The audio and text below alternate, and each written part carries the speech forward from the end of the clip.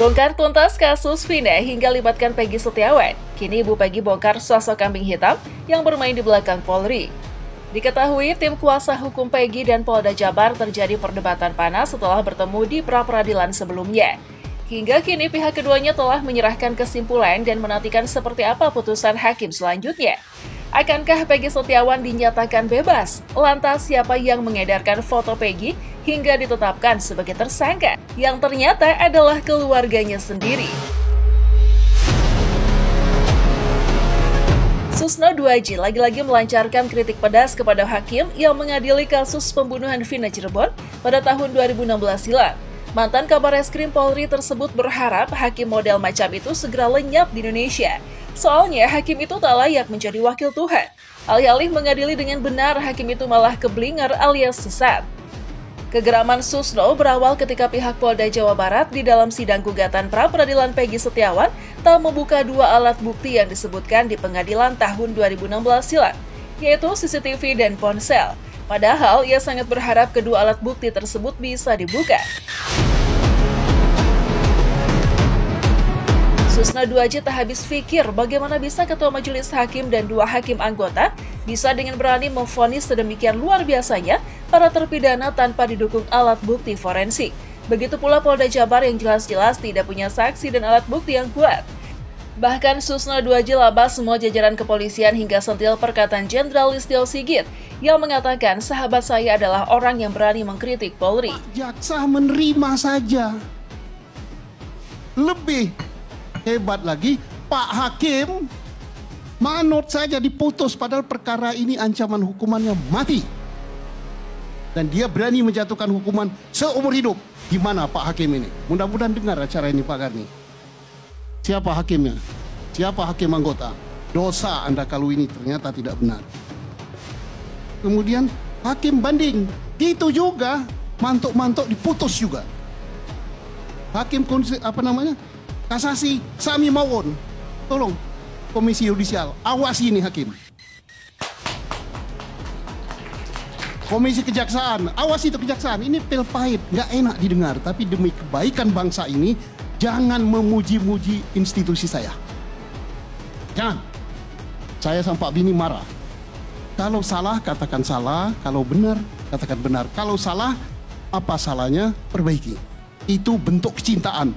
Kapolri sendiri sudah mengatakan, sahabat saya adalah orang yang berani mengkritik Polri. Jadi bukan orang yang berani memuja-muja. Pujaan itu racun.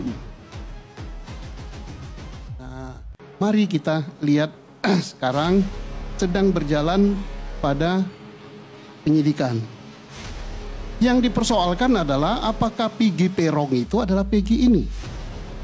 Apakah DPO itu adalah Peggy ini? Kan gampang, tinggal minta aja kepada Polri mana DPO yang dibuat. Kan DPO itu telah disebarkan kepada kesatuan Polri seluruh Indonesia. Kalau diduga dia akan lari ke luar negeri, disebarkan ke seluruh dunia lewat Interpol. Minta itu. Tertulisnya namanya siapa? Peggy Setiawan, aliasnya siapa? Tanggal lahir berapa? Tempat lahirnya di mana? Nama orang tuanya siapa? Rumus sidik jarinya gimana? Kemudian pekerjaannya apa? Nah, itu dicocokkan dengan Peggy yang ketangkap sekarang. BIN-nya siapa? Cocok nggak? Sidik jarinya cocok nggak? Fotonya cocok nggak? Kenapa harus berdebat-debat sekali kan? Tinggal nyocokkan itu. Kalau itu nggak cocok, namanya lain, tanggal lahir lain, kemudian pekerjaannya lain, nama orang tua lain, alamat lain, ya bukan dong, nggak ada orang. Kalau nama sama, Pak Saur ini banyak nama sama, apalagi di Medan, tapi tanggal lahirnya beda, pekerjaannya beda. Ada Saur dokter, ada Saur dukun, ada Saur juga yang pengacara hebat. Nah, alamatnya, orang tuanya. Nah begitu cara nyarinya. Kenapa kita ini kadang-kadang suka membuat sulit yang gampang.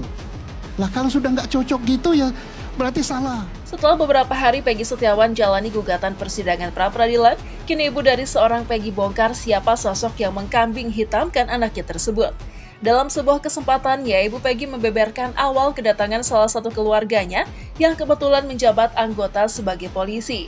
Bernama Pak Budi, saudara dari Ibu Peggy.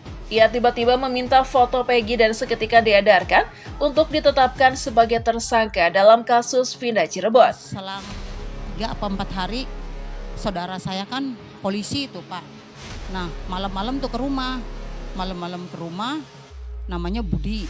Pas kata Mas Budi, Mbak Peggy-nya ada enggak? Peggy-nya enggak ada Mas, ke Bandung, kenapa? Punya fotonya Peggy enggak Mbak? Kata si Budi, ngomongnya kayak gitu. Ada Mas, kenapa? Kata saya. Tapi di album lagi hajatan tuh Pak, hajatan adik saya nikah.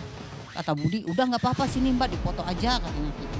Ya udah dipoto sama si Mas Budi sama HP-nya Mas Budi. Nah terus kayak gitu, ada KTP Peggy nggak Mbak? Kata Mas Budi, nggak ada Mas, kan KTP-nya dibawa Peggy ke Bandung. Oh ya udah, minta kakak aja fotokopinya, kata si Mas Budi.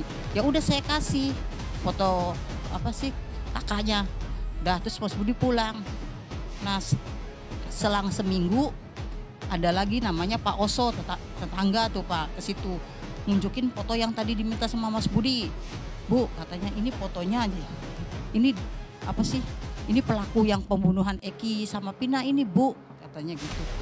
Kata saya, Pak ini tuh anak saya, ini foto hajatan lagi waktu anak saya hajatan, ini si Peggy katanya. Ini foto dari mana Bapak dapat? Kata saya, ini dari kepolisian katanya gitu. Ini bukan dari kepolisian Pak, ini tuh Pak Budi yang minta malam-malam ke rumah, kata saya gitu. Oh iya iya, ya kata si Pak Oso aja, iya saya suruh nunjukin foto ini suruh ngedarin gitu ya, suruh ngedarin ke masyarakat foto ini bahwa ini pelakunya, katanya gitu. Kan jadi saya cerita sama Pak Oso dari awal sampai akhir.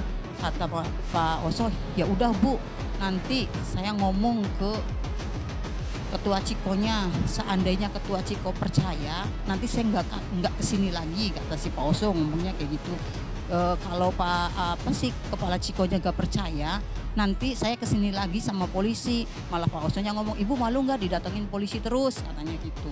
Pas kata saya, ya saya nggak malu nggak apa Pak, orang anak saya nggak salah, ngapain malu, silakan aja, kata saya gitu.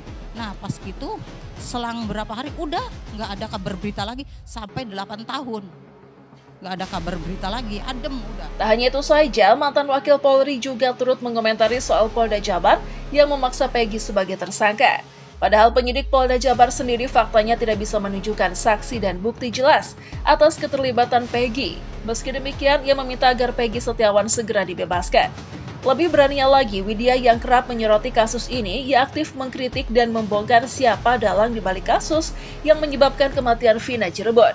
Bahkan tak sekedar pada jajaran Polri, Widya juga berani singgung soal tindakan Presiden Joko Widodo yang tidak menganggap serius dalam menangani kasus ini. Aneh ini hukum di Indonesia, ya. Apa Bapak Presiden itu nggak nonton ya kita bicara soal-soal ini? Coba Pak telinganya begini. Kira-kira kalau keluarga Bapak, anak kandung Bapak perempuan, ya atau adik kandung Bapak perempuan diperkosa seperti Pina, kemudian meregang nyawa, apa yang Anda lakukan? Saya tanya, bahagia gitu. Kemudian Anda melapor, ya kan? Anda melapor, keluarga kalian yang diintimidasi, keluarga kalian lah yang dijadikan terdakwa. Kira-kira perasaan kalian di mana? Saya tanya. Iya kan? Kira-kira perasaan kalian itu ada di mana? Kalau hal ini terjadi pada keluarga Anda, adik Anda, anak Anda, atau cucu Anda, kira-kira gimana? Karma itu pasti berjalan. Kira-kira. Semakin hari saya simak, semakin membacaan teks ini yang diadili siapa sebenarnya. Ini mencari keadilan untuk siapa bapak-bapak tim pengadilan? Anda itu untuk pembelaan untuk siapa saya tanya? Anda itu untuk membela siapa saya tanya? Tetap kekeh ingin untuk menjebloskan yang namanya Peggy Setiawan seorang kuli bangunan.